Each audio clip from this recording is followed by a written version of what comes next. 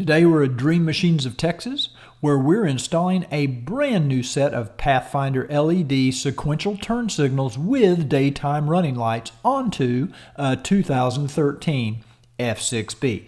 Now, this combines super bright LED daytime running lights with super bright LED sequential turn signals. And today on Cruiseman's Garage, we're going to show you how to install them.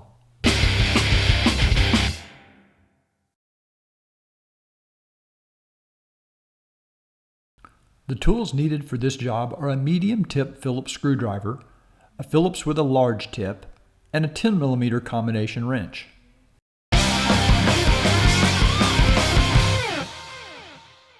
Let's begin by removing the rear view mirrors on each side. Now, underneath your mirror housing is a single Phillips screw.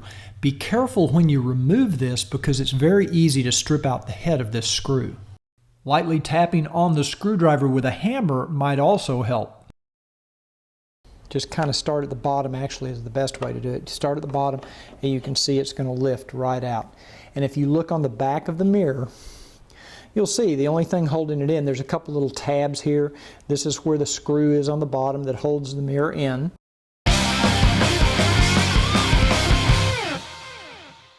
The mirror housing and the turn signal assembly are held in place with these three screws. Go ahead and remove these using the medium tip Phillips screwdriver, and then the housing will fall forward where you can then remove the assembly. Twist the bulb assembly to the left 1/4 turn and remove. With the screws removed, you can now reach in and grab the turn signal assembly and remove it.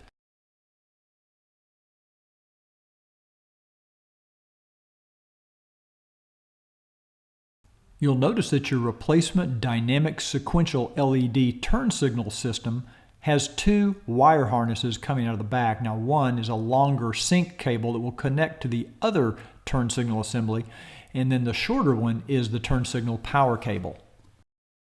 You can feed the wires through the opening in the frame as shown here, and then slide the turn signal assembly into the mirror housing so that it fits just exactly like the one you removed earlier. Now you can retighten the three screws that you loosened earlier. Push the mirror assembly down and forward, and this will reveal the wires behind the rubber boot. Now you should be able to see a 10mm bolt that holds the windshield garnish in place. We're going to remove this bolt, but before we do, it's a good idea to stuff a rag underneath just in case you drop the bolt. You don't want to lose it. Use a 10mm wrench to loosen the bolt. Make sure you remove the bolt, the washer, and the rubber grommet.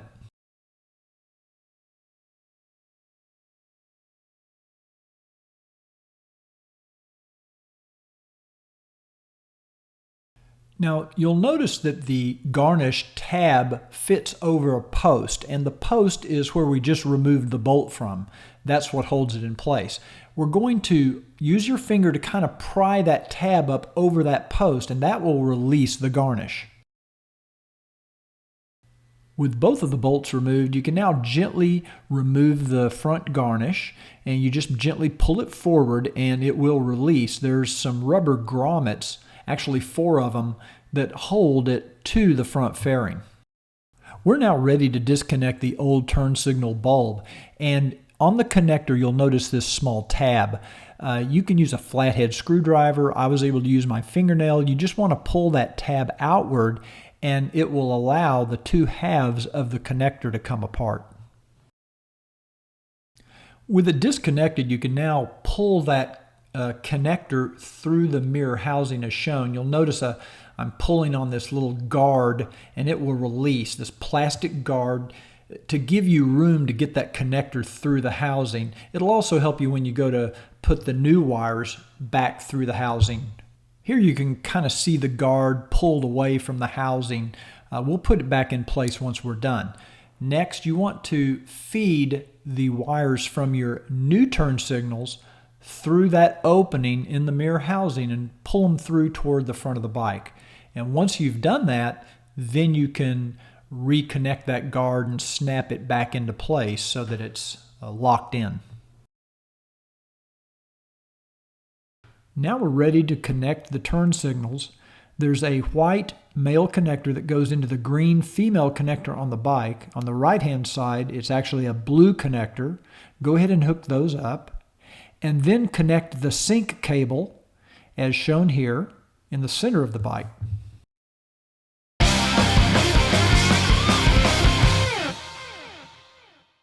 Now would be a good time to install an LED flasher if you don't already have one installed.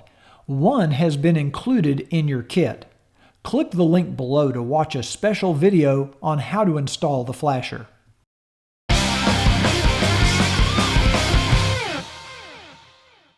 Your installation kit contains a power adapter that will connect to your bike's power source. You also get a Posi-Tap connector. This connects underneath the glove box on the left-hand side of the bike. To get access, you'll need to remove this trim piece. Start at the outside lower corner and lift up firmly. You'll hear the clips release. Then work your way up to the top of the trim piece, pushing in as you go to release the clips. The glove box is held in place with 4 plastic push pins. You can release these pins by pushing down in the center of the pin with a screwdriver or pointed object. You'll hear a small click. Then you can use your fingernail to lift the pin out of place. Once you get it out, you'll be able to see how the pin holds the plastic parts in place. Remove all 4 pins, and then you can lift out the glove box. With the glove box out of the way, you can use a small flashlight and shine up. You'll be able to easily see an opening where you can fish the wires down through to the glove box. The end of the harness with the 2 plastic connectors goes down underneath the glove box, so that's the part you're going to fish through the opening. Leave the single wire out toward the front of the bike. Now you're ready to connect the white female plastic connector to the red power plug on the motorcycle as shown. Unscrew the gray cap from the red Posi-Tap connector. This cap will fit over the white wire from the wire harness on your left side turn signal as shown. Now you can screw the Posi-Tap connector back onto the gray cap and tighten it firmly so that it pierces that wire. Then unscrew the red cap and feed the single white wire through the end of the cap as shown. Now with about 3/8 of an inch of bare wire sticking out through the end, you want to insert this into the other end of the Posi-Tap connector and screw down that red cap tightly.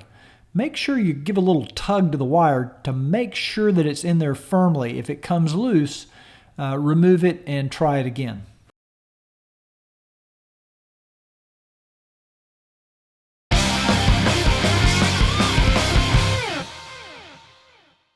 Make sure all the wires and connectors are tucked up out of the way so that you can reinstall the garnish. To reinstall the front garnish, make sure the 2 plastic posts are inserted into the rubber grommets on the front of the bike. There are additional grommets on the side that posts will also fit down into. Make sure that the mounting tabs on each side of the garnish are over the posts as shown in the picture.